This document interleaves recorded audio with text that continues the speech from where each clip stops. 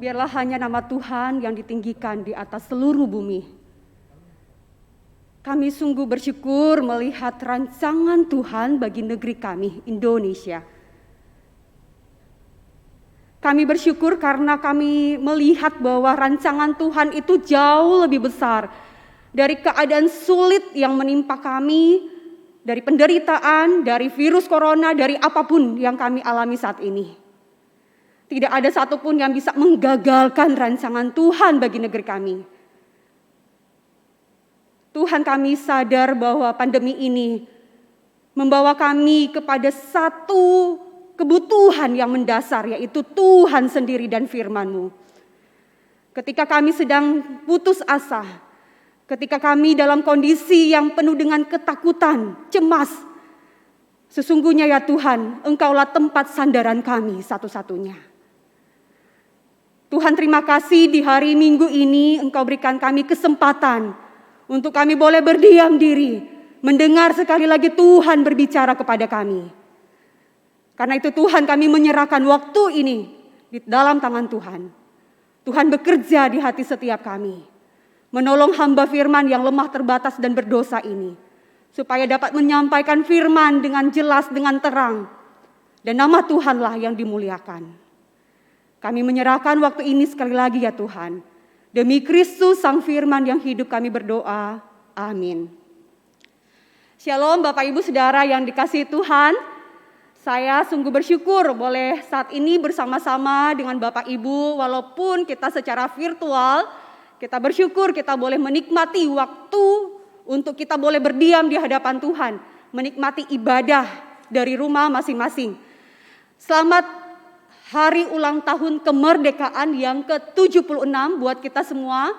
Mari baik Bapak Ibu yang di rumah maupun di tempat ini di gereja, bersama saya kita pekik merdeka selama 3 kali, oke?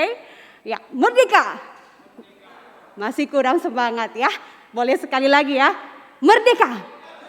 Merdeka. Merdeka.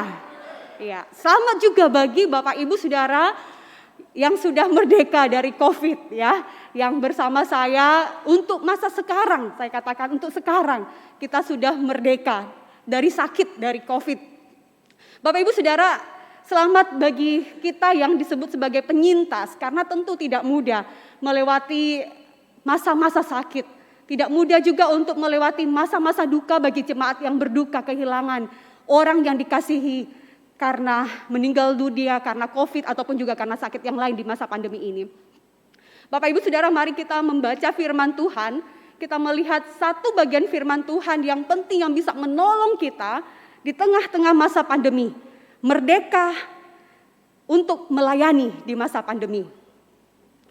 Galatia pasal 5 ayat 13 sampai 15. Galatia 5 ayat 13 sampai 15. Saya bacakan buat kita semua, Bapak Ibu bisa memperhatikan Alkitab masing-masing. Saudara-saudara, memang kamu telah dipanggil untuk merdeka. Tetapi janganlah kamu mempergunakan kemerdekaan itu sebagai kesempatan untuk kehidupan dalam dosa. Melainkan layanilah seorang akan yang lain oleh kasih. Sebab seluruh hukum Taurat tercakup dalam satu firman ini, yaitu kasihilah sesamamu manusia seperti dirimu sendiri.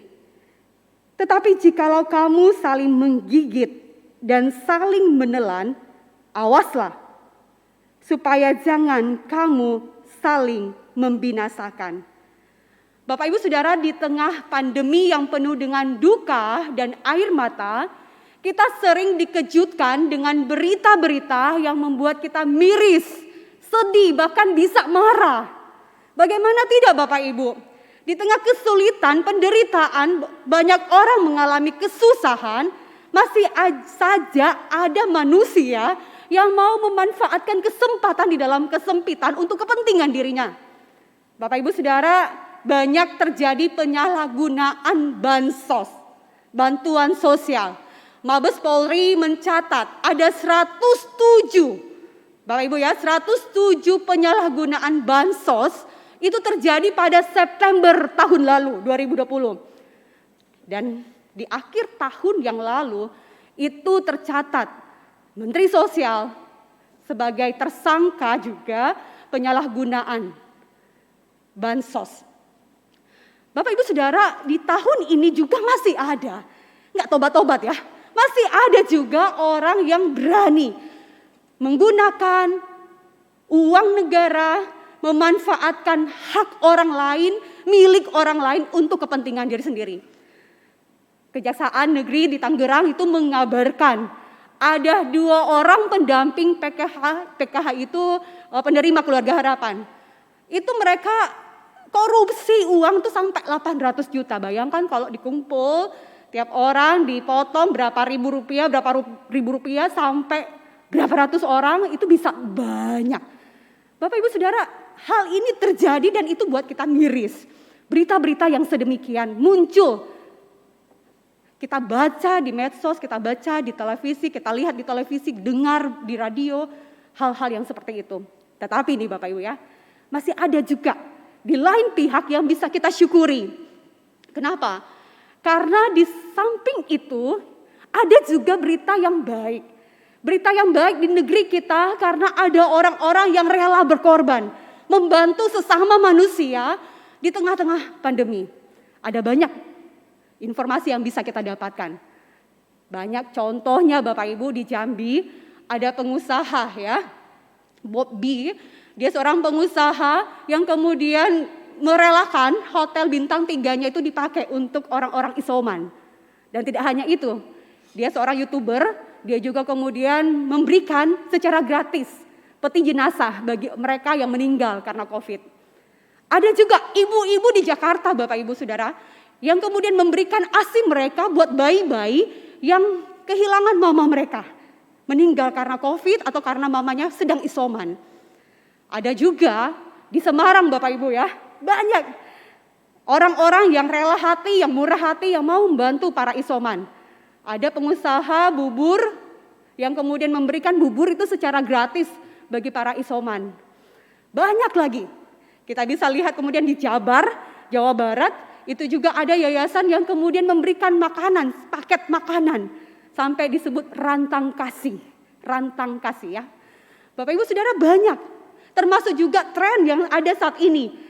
Orang-orang kemudian mendonorkan plasma konvalesen ya, mendonorkan darah mereka, plasma mereka untuk bisa membantu para pasien COVID. Di jemaat kita sudah ada yang memulai hal itu. Sudah ada yang kemudian mendonorkan plasma. Banyak berita-berita yang baik juga yang bisa kita temukan. Di balik ada berita-berita juga yang bikin kita marah, sedih. Karena orang-orang menyalahgunakan bantuan sosial yang diberikan oleh pemerintah di negeri kita ini. Bapak Ibu Saudara, kalau kita dengar kesaksian jemaat kita, termasuk saya sendiri juga mengalami itu. Banyak hal yang kemudian disaksikan, tetapi kalau kita lihat kesimpulan ada banyak yang mirip gitu ya. Termasuk para penyintas itu bersyukur mengalami cinta Tuhan, kasih Tuhan, perhatian Tuhan, kepedulian Tuhan lewat orang-orang yang membantu mereka di masa-masa sakit. Ada yang kirim makanan, ada yang kirim kuah ayam, ada yang kirim obat-obatan, kirim vitamin, susu, sembako, dan berbagai macam hal. Yang itu sangat membantu, sangat mendukung. Saya pun mengalami bagaimana bantuan-bantuan itu banyak dari rekan hamba Tuhan, dari majelis, dari secara khusus majelis rayon itu membantu, dari anak remaja, dari saudara, dari teman pelayanan, dari adik KTB, dari anak baptis yang umurnya masih kecil. Mereka sempat datang ke rumah, tetapi dari jarak jauh mereka kemudian datang bawa bantuan. Dan 2 anak itu datang. Mereka memberikan support supaya cepat sembuh ya, cepat sembuh.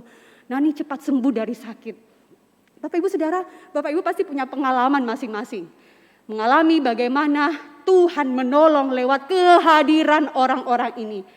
Saya mau katakan apa Bapak Ibu? Mari kita lihat apa sih arti merdeka itu di masa pandemi.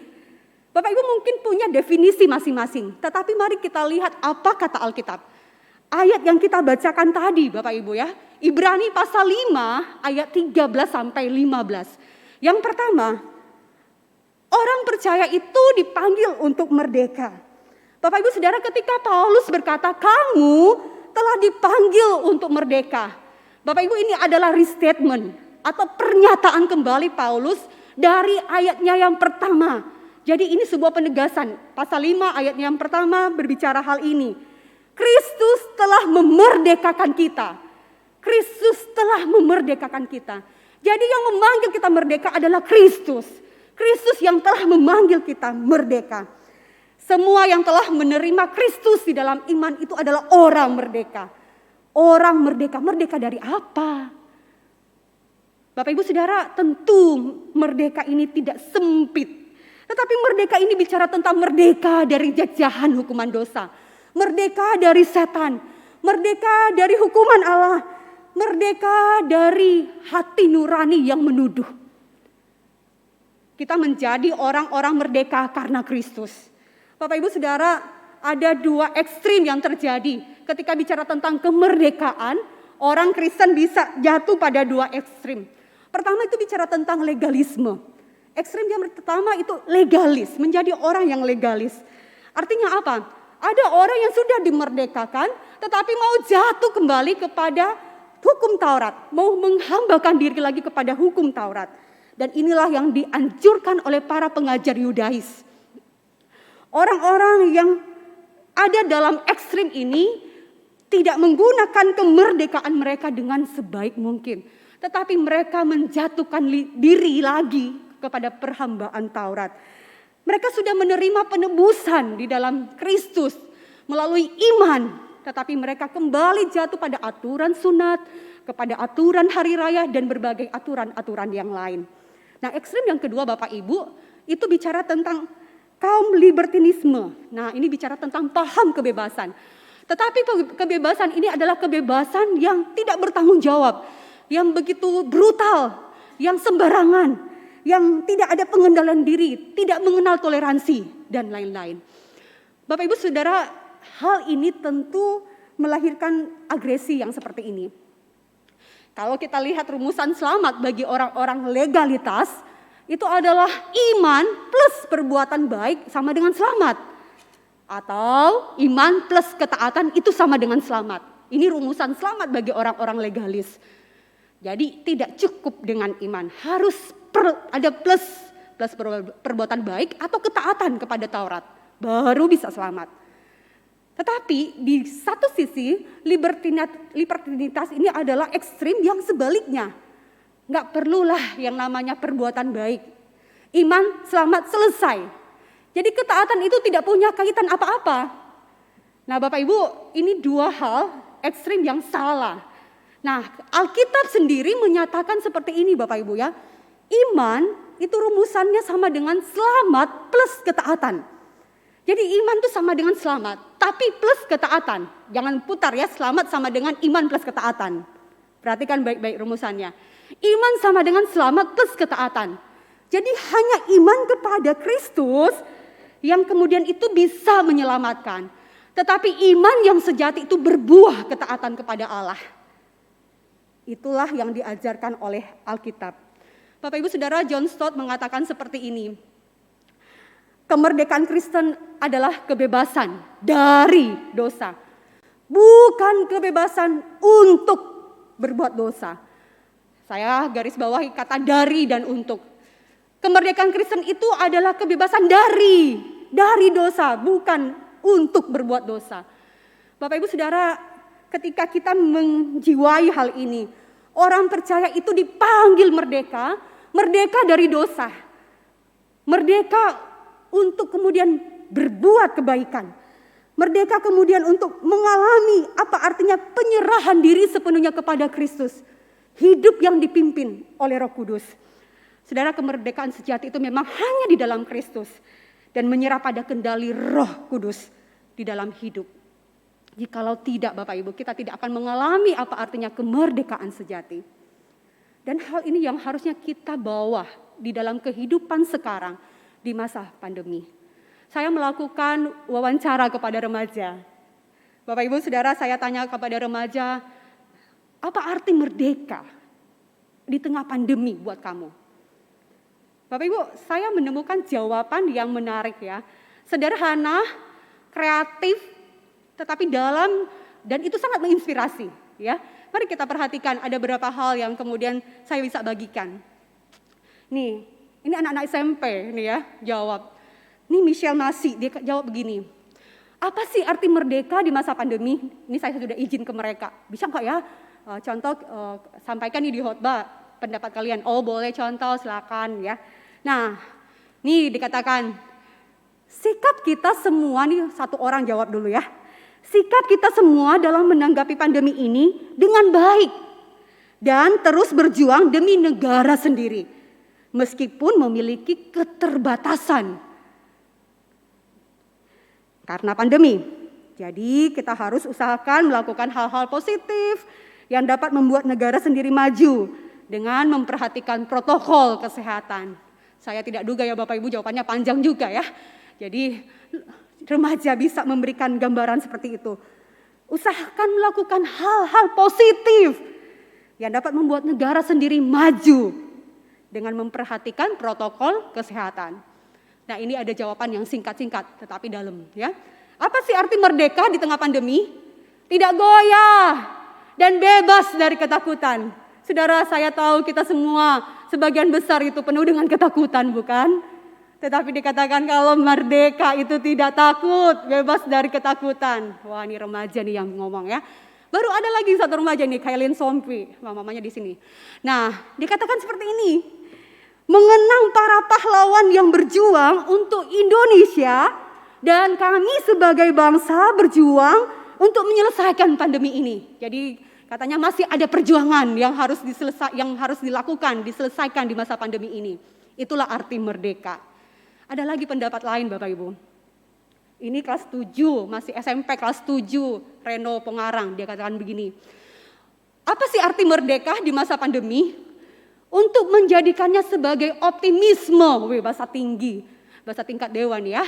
Optimisme untuk bangkit dan berjuang bersama lawan virus COVID dengan Tuhan. Hebat-hebat ya Bapak Ibu. Nah ini Niki Mamudis, dia simple dia jawab. Apa sih arti merdeka? Bebas dari pandemi. Nah ini jawaban yang terakhir Bapak Ibu, saya ingin kita perhatikan. Ini jawaban yang sangat jujur ya. Clarissa Ratak, dia katakan seperti ini. Agak susah untuk coba mengartikannya sih. Karena kata merdeka yang identik dengan kebebasan, tidak terkekang, tapi malah di pandemi ini semua terisolasi. Mau ngapa-ngapain takut COVID. Kebebasan yang dulunya ada juga rasanya hilang tiba-tiba. Jadi mungkin merdeka di sini artiannya lebih sempit. Lebih kepada bebas untuk berkarya walau di bawah tekanan pandemi. Saya bold jawaban-jawaban yang penting gitu ya. Bebas untuk berkarya walau di bawah tekanan pandemi. Bebas untuk berkarya. Bapak Ibu Saudara, mungkin kita bisa underestimate ya. Kita sering juga melakukan hal itu kepada anak remaja kita. Meragukan remaja. Tetapi kalau lihat jawaban mereka, maka sebenarnya yang kita bisa simpulkan, remaja-remaja ini mereka memaknai kemerdekaan itu bukan hanya persoalan mengecap hasil, mengecap atau menikmati hasil. Tetapi kemerdekaan itu sebuah proses untuk melakukan sesuatu, doing something. Ada sesuatu yang masih perlu untuk dilakukan. Inilah yang akan kita lihat pada poin yang kedua, arti merdeka. Bagi kita yang telah menjadi orang-orang merdeka karena Kristus sudah memerdekakan kita, maka ini kita dipanggil untuk melayani. Orang percaya dipanggil merdeka itu untuk melayani. Bapak Ibu Saudara, satu pendapat yang baik ya dari Friedrich Fritz, dia katakan seperti ini. Saya terjemahkan. Kemerdekaan Kristen itu diberikan kepada kita untuk berbagi secara bebas. Bukan untuk memiliki secara tamak atau rakus. Jadi kemerdekaan Kristen itu diberikan kepada kita untuk kita bisa share, berbagi secara bebas, bukan jadi orang tamak. Bapak Ibu Saudara, dalam film Spider-Man, ya, Peter Parker itu mendapatkan kekuatan khusus dari gigitan laba-laba mutan. Pada satu titik Uncle Ben, pamannya, itu menyampaikan sesuatu yang penting bagi Peter Parker, bagi Spider-Man ini. Dia katakan seperti ini, "With great power comes great responsibility." Dengan kekuatan yang besar, itu datang tanggung jawab yang besar. Bapak Ibu Saudara, saya pikir hal yang sama juga berlaku di dalam kemerdekaan. With great freedom comes great responsibility. Dengan kemerdekaan yang besar yang kita dapatkan, itu datang tanggung jawab. Bapak Ibu Saudara, perikop ini Paulus mau memberi kita gambaran singkat tentang tanggung jawab yang sejalan dengan kemerdekaan kita di dalam Kristus. Ada tanggung jawab. Setelah kamu dimerdekakan, ada tanggung jawab. Dan kemerdekaan itu selalu berkaitan dengan orang lain. Jadi kemerdekaan tidak pernah berarti pada diri sendiri atau berhenti pada diri sendiri. Tapi kemerdekaan itu selalu terkait dengan orang lain. Kasihilah sesamamu manusia seperti dirimu sendiri. Layanilah orang lain oleh kasih. Layanilah sesamamu. Bapak Ibu Saudara yang dikasihi Tuhan, kedewasaan spiritual itu diukur bukan dari seberapa banyak kebebasan yang kita dapatkan.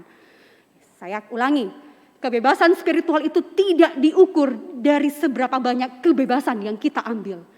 Tetapi kedewasaan spiritual itu diukur dari seberapa banyak kita melepaskan sesuatu bagi orang lain. Melepaskan bagi orang lain. Bapak Ibu Saudara, kemerdekaan itu bukanlah kesempatan bagi kita untuk hidup di dalam dosa. Tuhan Yesus sudah memerdekakan kita dari dosa. Karena itu hidup di dalam kemerdekaan Kristen itu tidak berpusat pada diri kita. Tetapi bagaimana kita melayani orang lain. Kasih tidak berbuat jahat kepada sesama. Bapak Ibu Saudara yang dikasihi Tuhan, menggunakan orang untuk mendapatkan apa yang kita inginkan itu adalah perbuatan daging, bukan perbuatan iman. Itu bukan perbuatan yang berjalan di dalam pimpinan Roh Kudus, bukan. Kita menggunakan orang lain untuk diri kita, itu melahirkan kejahatan. Dan saat kita memperlakukan orang lain itu seperti benda, itu bukan hanya orang lain yang tersakiti, tetapi resikonya diri kita pun juga tersakiti. Dan Paulus bermaksud hal itu di saat dia menyebutkan dalam ayatnya yang ke-15. Saya rindu kita bacakan dalam bahasa Manado. Ini Alkitab bahasa Manado ayat 15. Dikatakan seperti ini. Mar, kalau ngoni tarik, cuma bakal lain baku baking susah. Hati-hati jo ngoni, nanti ngoni tarik cuma mau baking ancor. Ngoni itu boleh mau sesama dengan tuh binatang yang baku-baku gigi sampai baku habis. Bapak Ibu Saudara, ini untuk mengerti ayat 15 yang kamu saling menggigit, menelan, awaslah. Jangan sampai kamu saling membinasakan. Paulus mau ingatkan hal ini Bapak Ibu. Kalau bakal baku baking susah, hati-hati gitu ya. Hati-hati jo ngoni. Nanti ngoni tarik cuma mau baking ancor. Dikatakan ini di bagian ke belakang ya. Agak kasar ya Bapak Ibu, tapi ini memang kalimat penting gitu ya. Dikatakan, ngoni itu boleh mau sesama dengan tu binatang yang baku-baku gigi sampai baku habis. Tentu kita nih mau ya disebut seperti itu Bapak Ibu ya. Tetapi ketika orang percaya saling menjatuhkan, bahkan menggunakan orang lain untuk kepentingan diri sendiri, maka itu bukanlah perbuatan yang dipimpin oleh Roh Kudus, tetapi itu adalah perbuatan daging. Bapak Ibu Saudara, merdeka itu bukan saja berarti bebas dari dosa, tetapi berarti bebas untuk mengasihi sesama, bebas untuk kita melayani orang lain. Apa arti merdeka? Merdeka itu kita memerdekakan orang lain dari berbagai belenggu, dari berbagai penderitaan. Kita hadir untuk melayani orang lain. Apakah saudara memperhatikan kebutuhan orang lain? Seperti kebutuhan saudara sendiri. Apakah saudara bersedia melepaskan kenyamanan untuk membuat hidup orang lain itu jadi lebih baik di masa pandemi ini?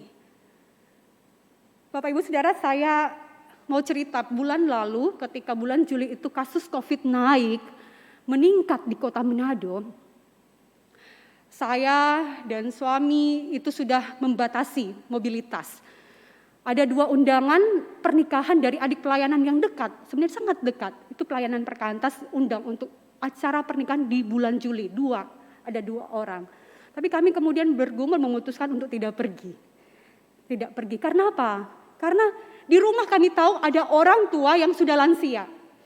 Ada papa mama yang sudah lanjut umurnya, rentan, terlebih khusus papa itu sangat rentan.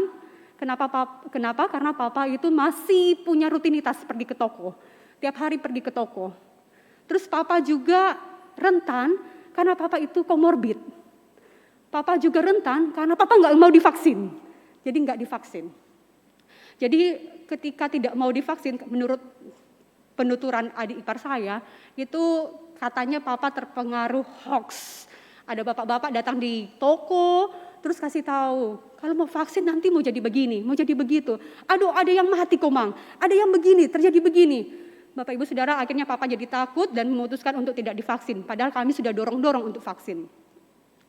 Bapak Ibu Saudara, saya mau katakan Bapak Ibu ya, mungkin tidak ada di jemaat, tetapi di luar sana banyak. Kalau Bapak Ibu nggak mau divaksin, jangan pengaruhi orang lain. Jangan pengaruhi orang lain. Karena kita tidak tahu ketika kita berbicara itu orang lain itu sakit komorbid atau tidak. Kita tidak tahu orang lain itu dia rentan atau tidak. Jadi kalau kamu memutuskan untuk tidak divaksin, putuskanlah diri sendiri. Jangan kemudian dibawa ke orang lain. Tetapi saya katakan Bapak Ibu, vaksin itu perlu. Saya katakan betapa buruknya sudah memutuskan nggak divaksin dan pengaruhi orang lain untuk tidak divaksin. Saya lanjut cerita. Tanggal 19-20 papa itu sudah mulai rasa sakit tenggorokan. Rasa nggak nyaman. Papa pikir ini hanya rasa tidak nyaman biasa. Jadi mulailah papa minta ke adik bikin adem sari. Bikin akan mie kuah. Karena papa memang suka makan mie. Bikin akan mie kuah karena rasa nggak enak ini gergantang. Jadi dibuatlah. Kemudian hari berikut papa itu kelihatan sudah mulai sehat, jadi mulai lagi ke toko. Terus kemudian pas pulang dari toko, itu papa tuh merasa kok kayaknya kondisi kok lebih nggak nyaman gitu. Ada rasa mulai demam, mulai rasa sakit, nah mulai dikasih obat. Hari berikutnya, itu ya tanggal 22, 23, 24, ya papa itu mulai sakit, batuk-batuk, mulai batuk. Otot-otot mulai terasa lemah. Pegang gelas sudah nggak bisa. Papa mulai memutuskan untuk tidak ke toko. Istirahat penuh di rumah. Bapak Ibu Saudara, tanggal 27, pas memang sebelumnya itu kami sudah pikir harus beli cepat oximeter. Pas ada oximeter itu langsung tes ke papa. Saturasi oksigen papa itu di bawah normal. Kami sudah mulai feeling nggak enak ini. Ini papa ini kena COVID ini, jangan-jangan kena COVID, harus cepat tes. Bapak Ibu Saudara, kami sekeluarga itu sama-sama di rumah, bayangkan sama-sama di rumah. Kami sudah bolak-balik dan kami yang urus papa sejak dari awal, jadi ketika papa sakit batuk-batuk itu sudah mulai ada penanganan, pegang, dekat dan melakukan hal-hal yang bisa membantu secara erat.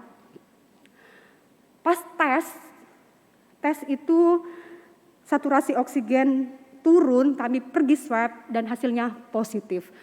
Mama, papa yang bisa tes waktu itu hanya 2 orang. Kami pergi ke klinik itu tutup. Hari itu pas lagi tutup. Tempat lain tutup. Tinggal minta bantuan dari satu pegawai di gereja untuk tes. Yang waktu itu dia bawa 2 alat. Tes mama papa positif. Kami yang ada saat itu ada saya, suami dan adik di mobil. Kami bertiga belum dites. Tapi 2 orang ketika bilang positif kami langsung, wah apa yang harus dilakukan? Cepat cari obat. Cepat tanya dokter bagaimana caranya supaya bisa mengatasi, menolong secepatnya. Bapak Ibu Saudara, Malam di hari itu kami tahu positif. Tes oksigen masih tetap di bawah, normal. Kami segera tanya teman-teman yang punya pengalaman dan mereka sarankan langsung bawa ke rumah sakit. Dan kami bersyukur ada jemaat yang membantu kami sehingga bisa langsung hari itu kami bawa ke rumah sakit. Setengah 12 malam kami bisa masuk IGD di rumah sakit. Bapak Ibu Saudara, Papa langsung pakai oksigen, langsung dikasih infus pada malam itu juga. Suami saya dan adik yang antar itu mau kerja pagi. Mereka harus pulang. Saya bilang saya yang jaga aja ya Papa di rumah. Jaga Papa di IGD. Saya yang jaga. Kalian pulang, saya tinggal.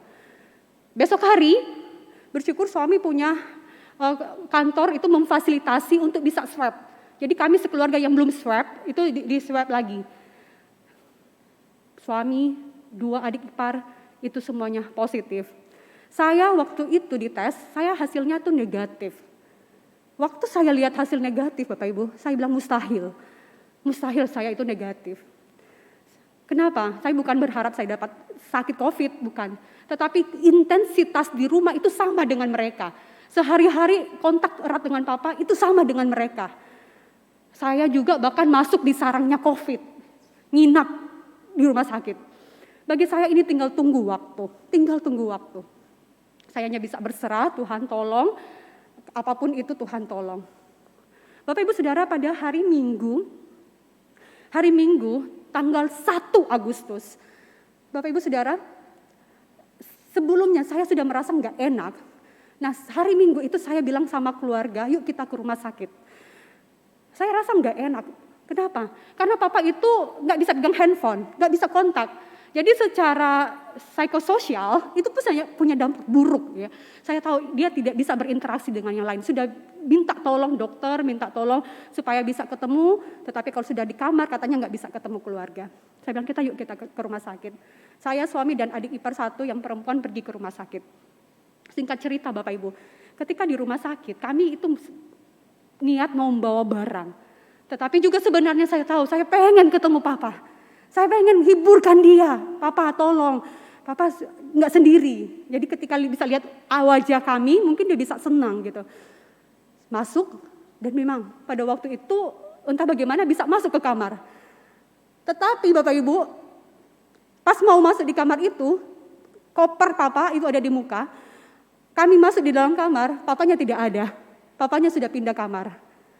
Dan kami berhadapan dengan penjaga waktu itu, perawat waktu itu, dan mereka memarahi kami, kenapa sudah sampai di sini. Kami bilang, kan Papa kamarnya di depan, terus ini ada kopernya, kami cuma tanya di mana, orangnya ini kopernya di luar. Papa sudah dipindahkan, hari itu gagal.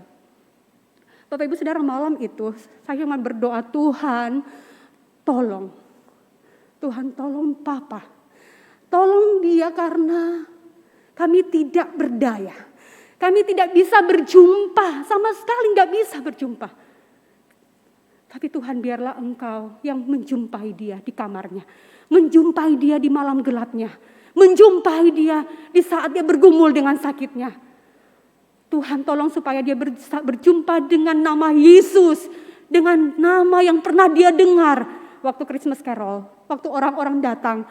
Rayon Mapangot datang untuk memberitakan Injil kepada Papa. Tolong dia supaya dia bisa berjumpa dengan nama yang pernah dia dengar itu. Waktu dia dengar lagu, kami putar di rumah. Waktu dia pernah dengar nama Yesus di toko, waktu orang datang kunjungi. Tolong supaya dia bisa berjumpa dengan Yesus. Kami tidak berdaya. Bapak Ibu Saudara, besok harinya, malam itu kami dikabarkan Papa meninggal dunia. Kami syok, terpukul. Tetapi pada waktu itu kami tahu Tuhan melakukan yang terbaik. Apa yang Tuhan buat itu pasti baik adanya. Sangat-sangat baik. Bapak Ibu Saudara, pada waktu Papa dimakamkan, malam itu di saat kami menunggu persiapan jenazah sampai siangnya mau dimakamkan, saya kemudian memutuskan untuk tes langsung di rumah sakit. Saya sakit positif atau tidak. Dan saya tes. Hasilnya apa? Positif. Saya sudah tidak terkejut Bapak Ibu. Kenapa? Karena saya sudah duga. Gejala itu muncul pada hari Sabtu tanggal 31 waktu ada di ibadah remaja. Saya merasakan kok tubuh saya panas. Saya minum paracetamol, berhenti, tetapi berikut kok panas lagi. Bapak Ibu Saudara, saya ketika tahu saya positif, saya merasa memang langsung dada saya seperti ada yang tertusuk. Memang ada sesuatu reaksi-reaksi dalam tubuh yang tidak biasanya. Di pemakaman itu, Bapak Ibu, pada saat pemakaman siangnya yang hadir hanya 4 orang. Saya, suami, 2 adik ipar. Dan para petugas dengan baju astronot. Dan 1 orang tentara. Teman-teman Koko yang datang itu belakangan mereka datang. Tetapi pada saat pemakaman itu yang saya lihat hanya orang-orang ini. Yang lain ikut secara virtual. Mama di rumah, mama gak bisa ikut sama-sama. Saya hanya minta, Tuhan tolong saya supaya saya tidak mati karena COVID. Bapak Ibu tahu saya berdoa seperti itu karena saya lihat langsung orang dimakamkan seperti ini. Dan yang saya pikirkan adalah keluarga saya yang belum percaya. Bagaimana mereka bisa mendengar lagu-lagu penghiburan. Bagaimana mereka bisa dengar firman Tuhan. Bagaimana mereka bisa dengar Injil. Kalau saya meninggal karena COVID. Dan situasi seperti ini yang saya lihat. Bapak Ibu, di tengah rasa sakit, di tengah rasa duka cita, itu bercampur hari demi hari. Tetapi saya lihat Tuhan itu baik, Tuhan itu menolong, Tuhan bangkitkan orang-orang untuk bisa datang memberikan perhatian buat kami. Luar biasa. Dan Tuhan memberikan kami kekuatan di dalam keluarga itu, kami bisa cepat bangkit. Kami bisa kemudian kembali bisa beraktivitas, kami berusaha untuk mengatur emosi kami dengan kehidupan sehari-hari. Berusaha untuk tetap sehat. Dan kami dapat anugerah Tuhan menopang kami. Maka sampai saat ini kalau bisa berdiri di tempat ini adalah anugerah Tuhan Bapak Ibu. Anugerah Tuhan. Menggunakan kesempatan hidup itu untuk melayani Tuhan. Tidak bermain-main lagi dengan waktu yang Tuhan berikan. Tetapi lakukan untuk kemuliaan Tuhan. Bapak Ibu Saudara, di akhir khotbah ini saya mau katakan. Kalau kita masih hidup sekarang. Ingat, kita telah dipanggil untuk merdeka. Kita dipanggil untuk merdeka itu bukan untuk diri kita. Tetapi kita dipanggil merdeka itu untuk melayani sesama. Bapak Ibu Saudara, kalau pertanyaan yang saya tanyakan tadi kepada remaja. Apa arti merdeka di masa pandemi? Bapak Ibu mau jawab apa? Apa arti merdeka di masa pandemi? Bapak Ibu Saudara, Indonesia tangguh, Indonesia tumbuh. Itu dimulai dari diri kita. Ketika kita melakukan sesuatu di tengah-tengah pandemi ini. Mungkin pandemi ini akan terus ada. Tetapi ini adalah kesempatan yang Tuhan berikan bagi kita untuk kita melayani. Menyatakan kemuliaan Tuhan atas negeri kita, Indonesia. Mari kita berdiri Bapak Ibu. Saya minta singers bisa bantu untuk menyanyikan lagu yang tadi. Kita berdoa bagi bangsa. Tuhan pulihkan dari segala problema. Dan itu start from me. Dimulai dari aku. Tuhan tolong aku melayani Tuhan, melayani sesama, menggunakan setiap kesempatan hidup, setiap tarikan nafas ini dipakai untuk kemuliaan Tuhan.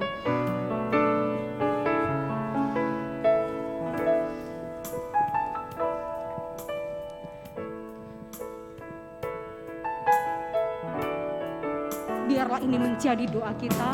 Syukur untuk setiap rencanamu dan rancanganmu yang mulia. Dalam satu tubuh kami bersatu menjadi duta kerajaanmu. Ucapkan berkat atas Indonesia, biar kemuliaan Tuhan akan datang. Bagi bangsa ini kami berdiri dan membawa doa kami kepadamu. Sesuatu yang besar pasti terjadi. diri kami, hanya nama-Mu Tuhan ditinggikan.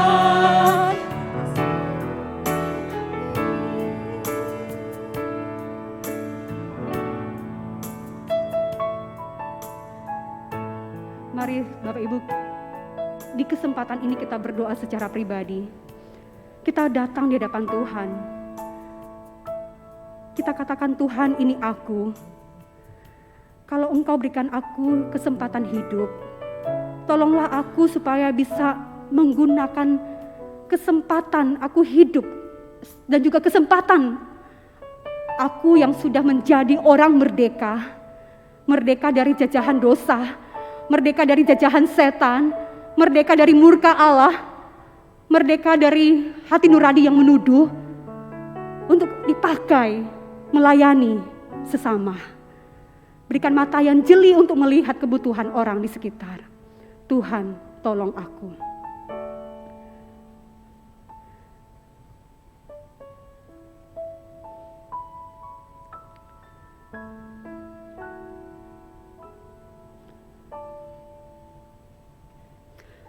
Tuhan, kami rindu melihat Indonesia boleh pulih dari segala problema. Termasuk di masa pandemi ini ya Tuhan. Kami rindu supaya Indonesia bisa pulih.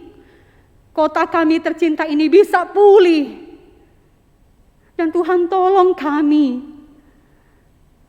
Supaya kami boleh menggunakan setiap kesempatan hidup untuk kami boleh melayani Tuhan. Tuhan berkati setiap jemaat Tuhan. Dimanapun mereka berada saat ini, mereka sedang beribadah. Tuhan kiranya berbicara lebih daripada apa yang bisa kami minta saat ini. Yang bisa kami doakan saat ini. Biarlah Tuhan yang mengubahkan hati mereka. Kami tahu firman-Mu berkuasa untuk mengubahkan pola pikir yang salah, hati yang jahat, tindakan-tindakan yang keliru. Tuhan, tolonglah kami, supaya kami boleh diubahkan Tuhan. Kami boleh menjadi orang-orang yang menggunakan hidup untuk bisa mengasihi lebih lagi. Tuhan berkati kami semua. Kami tahu tidak mudah, mereka mungkin saat ini sedang berjuang, bergumul dengan sakit.